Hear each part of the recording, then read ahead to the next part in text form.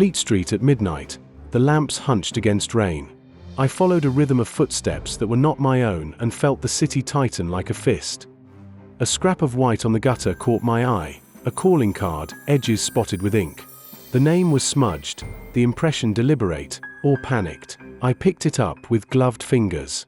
Paper softened by rain, a faint perfume of pipe tobacco and lavender lingered. Someone had left more than a name behind. I followed the footsteps toward a row of printing houses, where the night smelled of ink and coal.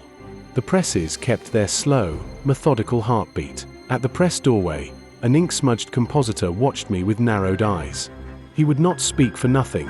His hands said more than his mouth. He finally spat a name and a time, the bell at 1. The sound of the street receded, and the unanswered rhythm of those footsteps became a promise. I waited for the bell. The bell tolled once, and the city inhaled. Inside the press room, the presses murmured like sleeping beasts. I moved between stacks of fresh print and the ghostly smell of news. On a bench lay a torn wrapper from a tobacconist, a crest stamped faintly. The scent of latakia clung to it, heavy and familiar. Someone left a breadcrumb for me to follow. I questioned a compositor, who told me of a late visitor arguing with a man from the ledger. "Voices like knives," he said. "They left in a hurry, their coats soaked through." I found a limp handkerchief pinned to a shaft, a single embroidered initial. The thread held a scrap of red lint. Something expensive had brushed against it not long before. A messenger from the ledger arrived, upset to see their own sheet printed with a line that wasn't meant to run, a veiled accusation.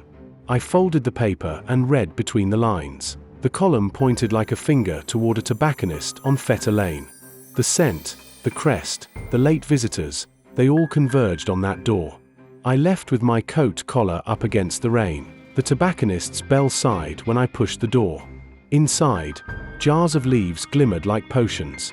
A woman in grey stood by the counter, fingers blue from the cold. Her eyes met mine, and she inhaled sharply, as if the city itself had taken her breath.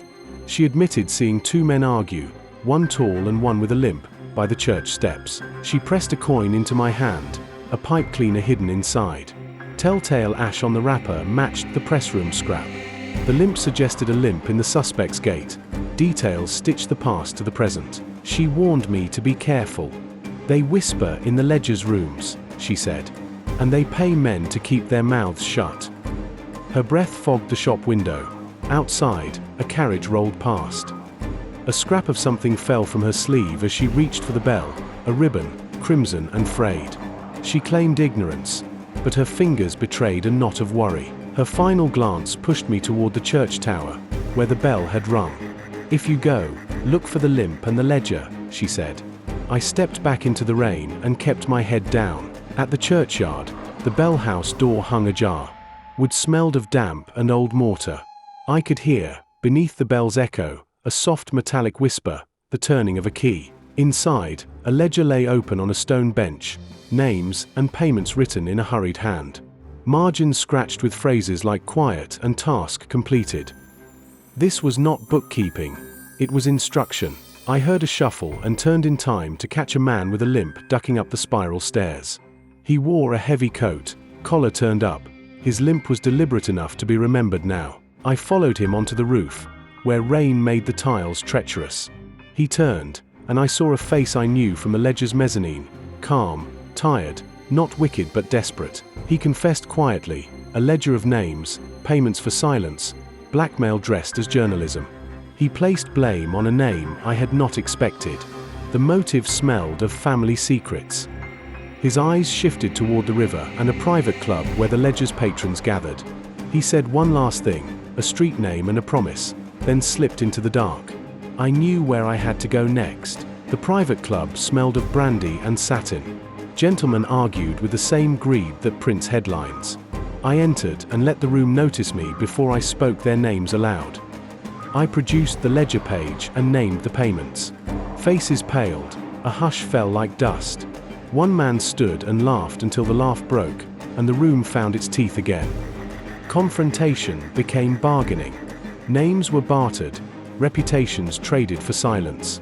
I watched the machinery of compromise and realized the ledger's power lay not in ink but in fear. In the end, One man confessed on his knees, not out of courage but calculation. He asked that his name be buried with the ledger. I watched the truth sink like a stone. Outside, rain had eased to a mist.